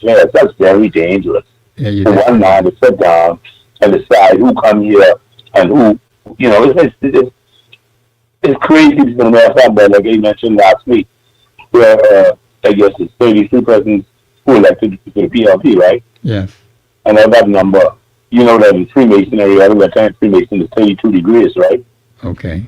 And the 32 left, other than him, for him to have 3 portfolios, at least the Minister of Immigration, the Minister of Foreign Affairs, and then the PLP chairman too. Something wrong, man. But caller, the thing is, it's the Prime Minister who would make a determination as to who would be in the cabinet. That's if he got the power too, because if you know that Mitchell been around long before rape. Okay. You know, and you know, I guess he's the chairman, and I guess he yeah, but that's a party position. That has nothing to do with government. It's party and it extends into the government. It's what? It's party and it's. This is a PLP government right now. Yeah. No longer than on the weekend. He's still talking his PLP talk. Yeah, but he always does that crap. So you know, yeah, well, that's what he does all the time. But the thing is, I think what we need to do is be constitutional, because he has a right to express his view. And yeah, go ahead. He has a right to express his views, but when you're in a position of power, there's something called responsibility. He's irresponsible. Right. Because there's more than PLP and FNM and the like in this country. But I'm not. And that's our problem. He can't be promoting no PLP all the way. Yeah, but that is where the people have to correct him on it. Yeah, I hear him talk that crap all the time. You know, and he, like I mentioned last week, Mr. Thompson. Yes. We just run this town just like Gotham City. Remember Batman and the Joker and Robin. And the Joker always Fred mentioned that he always come to these riddles, right? That Gotham City and suburbs. And then Robin looking at Batman, twiddling his fingers because you know Batman's handled that one. You see what I'm saying? But what I'd like to see happen is we have a constitution. to run this country, right? Yeah, but Mr. Thompson, you realize members you mentioned tore our constitution up and that now you see the year. Yeah, he did. So yeah. the constitution ain't in that man. It's all about him and what he see as right. But then, and that's it. yeah, okay, that's your view that you have, and I'm not knocking you for that. But the point is, if we're going to put up a particular personality, which is very stupid to do if we do it, over the national constitution of your country, then we have to be stupid. Okay, I don't ever do that. I don't give a flying crap who the particular personality is. No one particular personality could be bigger than the constitution of this country. The people need to understand that there's certain powers in their hand to keep the government in check. We're not doing that as a people. And it's also, the constitution don't mean much. I mean, this party came in like this going on 2.5 months plus, right? And so what can be done about it? What do you think can be done? I guess the local man, because he thinks the Bahamas is just whatever he thinks, and it doesn't, like the constitution applies to him and needs its flaws. And the danger of that is, like I mentioned earlier, that this TPS, temporary protected status for Haitians, and they right now, some of them come in here before taking the money and come in here. Yeah, come here. So are you saying that the government of the United States is sending them back this way to the Bahamas? Our government quiet. I see a lot of persons who are here basically. Each one they come to Haiti. Each one come to America. Okay. Let me make sure I understand you clearly now, because I did ask you to call and you did call back. The point is, are you saying the protective status is over, right? It's over. Okay, now, are they sending them back where? If they say that country is 2 days to go back to, so they get sent to a third country nation, either Africa, but they can choose no Africa. They want to choose Bahamas. Because some of them up there in their passport, and the thing about it is, they are American, they could be Haitian American. But if you're Haitian American and you have a Bahamian passport, these people need to go back to Haiti because they're not Bahamian. Okay. They use our passport to get into America. Yeah. And now they can check out America. Now he's coming back here. No, we shouldn't accept them. So why is the government of Bahamas accepting them, as you understand? You got one man, he determined everything, and he's able to talk to the immigration minister. Okay. He talking these stuff. If you talk foreign minister, he talking these stuff. So this is nonsense. Okay. How could one man have power and authority over our sovereignty when he burned our constitution up? So, well, he destroyed a copy of it. That's basically, That's true. The Constitution is not dead because of some stupid action that he made, okay? Yeah, but like you tell me what Mr. Thompson, yeah. It is in the Bahamian public who did it, No, but I don't want to even talk about this crap that this stupid person did, okay? I don't want to even get into a discussion on that. But you only have to me, that's not even important. Yeah. We shouldn't even spend time talking about foolishness what some other person did. Yeah, but you're in a position to do what you want to do now. Now, he is in a government position that's a whole different horse of a different color. And that's why I am saying that there's some things the Bahamian people can do about it. Because he don't have to be there. He could be there right now, and the next minute he could be out. So how do you evict him? Pardon? How does he get evicted? No, what I'm saying to you is this. We have constitutional authority, and it takes the collective will at times to bring some changes in this country. We have to get people to understand what their constitutional rights, freedoms, and privileges are. Apparently, on the surface, it doesn't appear that sufficient of us understand the importance of what a government ought to be doing versus a political party. Because the whole thing all mixed up. This is what I'm saying. You see, it's going on months now. We still don't know who politician number one is, right? And I get, I'm something, I see. I mean, I call them no names or nothing, right? But you know what?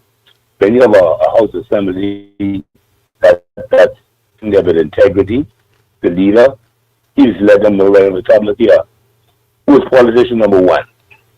But you gotta come. I name it you. If it's me, I name myself. I stand up. I say I did wrong, and without punishment, I accept. And you live as even a criminal. You live as a loyal man or a royal man for the mere fact that you're holding some principle, man. These nonsense that going on in this country. Well, but that's why I'm saying it's going to take people to take action and be prepared for that. This is not about people, It's about principle. Caller. People can do what they want to do. Caller, listen, man. It takes people to bring change, man. Yeah, you understand that, Mr. Thompson. So if we're going to stay here wasting time talking about what some other person did and waste valuable airtime on that foolishness, instead of saying, finding a way how to deal with the particular problem that exists in the country. That's what the Constitution is for. Yeah, okay. What I'm saying to you is, right, there are only a small pool of persons in the House of Assembly, and the Prime Minister is the leader, right? Be it's him or whoever it is, he has authority to say, well, hold on. Who is politician number one? Stand. And you know what? Man's supposed to be shaking in that room, and the guilty would stand up. You would have the Speaker in charge of the House of Assembly. That's her jurisdiction. The Prime Minister, his jurisdiction is with the Cabinet. So you have the legislative branch and you got the executive branch. Two branches right there. And I understand what you're saying. That's why, I allowed you to continue your thought. But you have these different branches of government, but they crisscross one another, and there's always a bunch of confusion all the time. They don't know where they stand. So that's why I say the leader, the Prime Minister, I don't know Speaker, the Prime Minister, the one who runs the country. The Prime Minister runs the country, yes, that is true. He's supposed to be the one to come forward. Look here, whoever this politician is, be it myself, I stand up, and whatever the punishment is, I take, because I'm a man of integrity and principle. Other than that, all they're doing is just running around in circles and pretending. Okay. They in public just looking and waiting, and just to look and wait, there'll be no manifestation because they just want you to be looking anyhow and do saying nothing. Okay. It was the common man in the public. The police already identified who that is, and they be behind bars, and you see that their name is locked up. Yeah. Yeah. So why are people who are in the House Assembly given special privileges when they're ready? I mean, if a criminal is a criminal, I don't care you cut the cake. When you cut them kind of deal in the House Assembly, there would be penalty. But the police, when they were found, I mean, like nothing when it comes to drugs, they always hitting the small man here and they're looking for and all that. But they can't never deal with the big man. That's the problem, Mr. Thompson. Okay. What you do to the coach, you got to do to the guy the two be running the country, household familiarity, this what, so you get obliged. You don't want country like that. All right. No, you have a valid point. I'm not knocking anything that you're saying. But I'm just saying it's a matter of getting people to come together collectively to deal with a national issue. It's not a one-man band. And maybe not two or three people, but you may need some more than that. I can see one decent man, all the principles, like the leader. I was the leader in the House Assembly, Mr. Thompson. Do you see that happening? It hasn't happened You know yet. that is, because guess what? That person, they come out back for themselves. They come up for themselves because guess what? We have a whole country getting tarnished and stained by the same allegations. Okay, yeah, but that's, no, I'm not disagreeing with that. That is happening. We're being stained by personalities who are involved in criminal activity. And they covering up. And it's kind of in the dark. It's pure darkness. They covering it up. And be sitting by and be right there. You see the Prime Minister talking about electrical wars. He jumped the gun. Let's talk about who the politician is. And we can even think as they come. You all over the place, some of these. That the electrician on that real paper. And he had the decency to make it even live. No reporter asking no question, no nothing. Something wrong in this nonsense. Well, he just gave a speech and that. I got the whole speech right here. Yeah, but that's pre-recorded. That was pre-recorded? That was not live? Mr. Thompson, if it's live, you have reporters and things. me ask him questions when he finished Oh, talking. I see what you're saying. Okay, yeah, Okay. yeah, that didn't happen. That's true. Okay. Yeah, okay. And I understand it came on late too. No, it did come on late, yeah, and plenty of people didn't get to see it because they didn't have no light. They had no electricity. The whole thing was just an illusion. Because what he's saying is just words coming up with from back there. Yeah, You but don't feel no pain, no nothing. You know. Well, That's what it is. yeah, but we'll have to deal with that, and I'm going to continue it tomorrow because I didn't get. But there's a lot in it, and I want to take it step by step, and I don't want to say anything that is not accurate on what he said. I want to take it step by step. Yeah. But you have a nice day, Mr. Thompson. Huh? Have a nice day. Oh, okay. Thank you very much. Let me just say this, and to add to what the caller was saying. See, you have people who like to be speculating on things. Okay, who is this number one particular personality? I don't have any evidence on anything, and I tell people all the time, let me see the evidence. See what I'm dealing with today. This is what the Prime Minister say. This is evidence, man. He can't say he ain't say because I got tape. All right? But we don't want to get into speculation, wasting time about persons who is number one, number two, whatever. I think that's a waste of time. And if this particular personality, who is a senior member of the cabinet and doing foolishness and nonsense, there's a constitutional answer to that. And I don't want to get into what the particular personality had done in the past, because that's a different matter altogether. We don't need to get into that. If the person is doing something that is not according to the Constitution, and we can prove it, fine. Let's work with that. There's a remedy for it. The question is, are people prepared to deal with it? That's how you know who is who. Are we ready for that? Because I can tell you right now, we need to do some unusual constitutional action. I'll just put it that way for now. Some very unusual constitutional action, and it will be constitutionally sound. But is the nation ready for that? When people got their mouth all pinned up in the mind, say something, they don't even talk about it. They don't want to comment on it. And this is what the man put before the people, the Prime Minister. Well, what kind of foolishness is this? How we get like that? That is the time we need to look at it. He didn't have a press conference after, but that's something he didn't do at that particular time. But there's another way to skin the cat. Okay, there's a way to deal with that. And sometimes we just got a one-track mind. And because a particular personality might have fallen down, you decide, woe is me, instead of finding a creative way of dealing with the issue. There are a number of ways you can deal with that. There are a number of ways you can deal with this particular personality who is in these, well, like he said, the three-headed monster. All right? I told him one is a political office, a party office, and the other two, well, foreign affairs and Minister of Immigration. And the Prime Minister would appoint who he wants to be in his cabinet. And there are no specific qualifications that are outlined in the Constitution to say this is the standard the person should have, except that the Prime Minister would recommend that particular person to the Governor General. Fellow could be on the dump truck tomorrow or today. And this afternoon he could be at Government House being sworn in as Minister of Health. As simple as that. Just like that. You know, the powers are wide open, and it would be constitutional.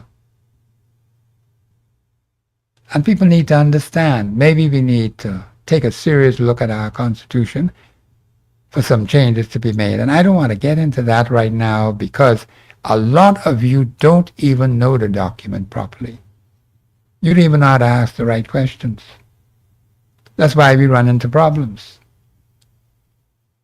You don't know what questions to ask, even if someone is speaking on a national issue. And so you get lost. And I can say something about a statute law, I'll just mention it briefly, where a particular citizen in my area went to speak to the police on a particular statute matter and could not get that particular officer to give a clear answer according to law. You understand that, Bahamians? Mind you, the statute law says a lot, but couldn't get a simple, basic answer to what was presented to the police. And these things cause frustration in people's minds. And the police officer did not assist the person as to how they should, or that particular person should proceed. Nothing like that. You know, all kind of weaknesses in the system. And I said yesterday, I think it was, when Stephen Dean was there, that's many years ago now, in Centerville, in charge of community policing, he always would get to the senior man in that community and inform that particular individual on everything that was about to happen ahead of time. But these fellas today, they don't know. They don't even care. They just go about doing their crap. And they do not have a rapport with the people of Centerville. Just it's not there. They're out there doing their own thing. So there's this widening of gap. There's not that close-knit relationship that Mr. Stephen Dean, he was a good officer, excellent officer. And he had his officers in there communicating with the people of the constituency, but not these crappy people they got there now. They're just running up and down all over the place. But that's the way it is now. When a good officer is there, sometimes you don't get a proper replacement. You end up getting someone who is of no use to you. And so that frustrates the citizenry. Okay? So we have to help one another, Bahamians. Now I will continue this tomorrow because there's quite a lot the Prime Minister said, and I can't do it in one show. So I'm going to continue it tomorrow on the radio station. I invite you to call in because we got to listen to what the Prime Minister says. And we got to help him, although some people say some other thing. We got to save the place, Bahamians. And you got some who want to be political about this, and you shouldn't be. It's either right or wrong. It's either constitutionally sound, yes or no.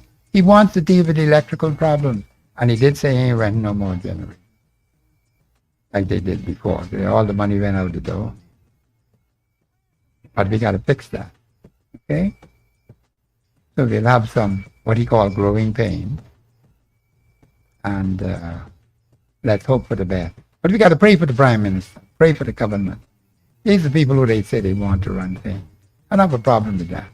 But we must go by the Constitution. That's it. I have no apologies to make for that. They do crap, then we have to call it crap. If they do that which is good, we commend them and move on. This is Professor Sidney McGarwal Thompson. I'll be on tomorrow on the station from 2 to 4. And we will continue with what I started today with the Prime Minister's speech. Very important speech he gave last night. This is Professor Sidney McGarwal Thompson on the Global Radio Network, 99.5 FM. Have a pleasant evening. Pray for the nation. And let's work together, Bahamians. to make the Bahamas the best that we can make under the direction of God. Thank you very much. Have a pleasant afternoon.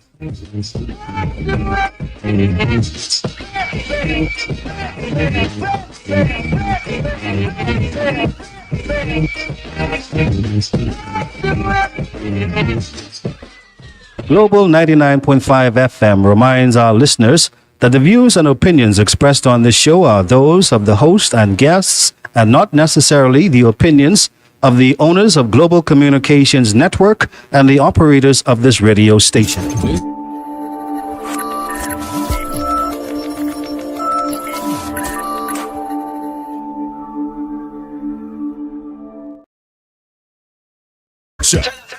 You're fun with great music. Now it's time for Jeff Fox, Nina, and Kiki. Oh, yeah.